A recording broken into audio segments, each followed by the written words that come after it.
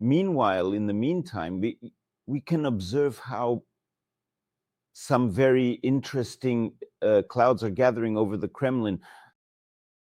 There was a figure, Gubarev, the former people's governor of Donbass, and he quite openly, in plain language, called on the participants of the special military operation through all his social networks to stage a military mutiny against the Kremlin. He demanded that in the event the war is frozen, they should not surrender their weapons, called the authorities criminal, and explained that essentially they would have to deal with them by force of arms. This Gubarev, he writes and says, if we surrender our weapons, we surrender the country. And in general, think carefully before voluntarily disarming. But calm down. This is not yet a revolt of the frontline soldiers, and not even the first sign of such a revolt, because the person in the video, this so-called people's governor of Donbass, doesn't even qualify as a harbinger, really. If we draw an analogy with the world of birds, he's more like a bustard. A bustard is a type of steppe bird.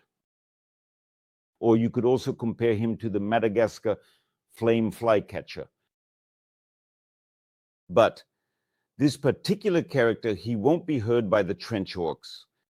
He doesn't have much authority, but besides him at the front, among those sadists who organize slaughters in pits and urinate on the heads of buried soldiers, there's now, well, a critical mass of brutalized and already influential frontline officers whose brains have been so smoothed out by the ideas of the Russian world that not a single wrinkle remains.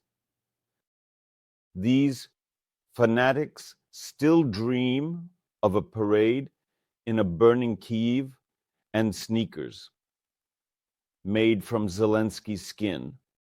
And so that pitiful result of a bloody years-long war, just some scraps of Donbass and ruins, doesn't satisfy them at all.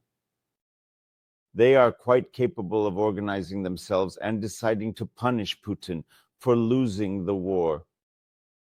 Because for them, the world is a huge tragedy, the collapse of all hopes, the desecration of their dreams, and personal, social, and financial collapse. All those 200,000 a month will disappear into complete oblivion, and they'll be pushed back into impoverished remote garrisons or appointed as club managers in ruined villages. In other words, the likelihood of a rebellion by the orcs who want the party to continue is quite high.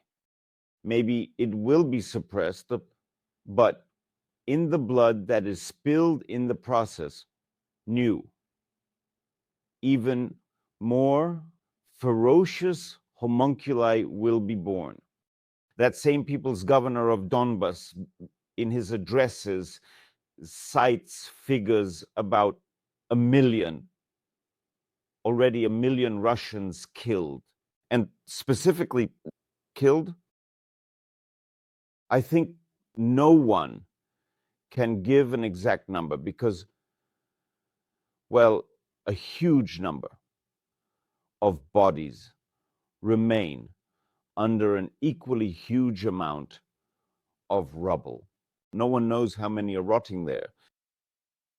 But this statement by Gubarev, although, well, perhaps it shouldn't be dramatized, nevertheless shows just how unbearable today's Kremlin is, even for Zeus supporters and patriots. And it's clear that if Putin somehow ends up being hospitalized and mobilized, or say sedated with chlorpromazine, then the first to divide Russia, at least, won't be the good Russians with the average ones, but rather those who kept their heads down, right? But rather the fiends, the Zeus supporters, the cannibals, and other scum.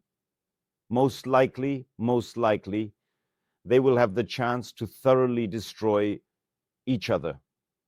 And if things develop favorably, then it will be over their graves that somewhat more civilized forces will be able to clash.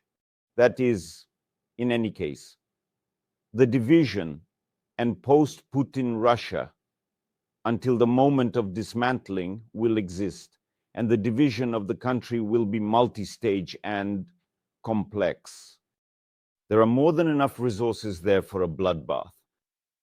The main thing is that they don't get distracted by any outsiders, but diligently keep killing each other.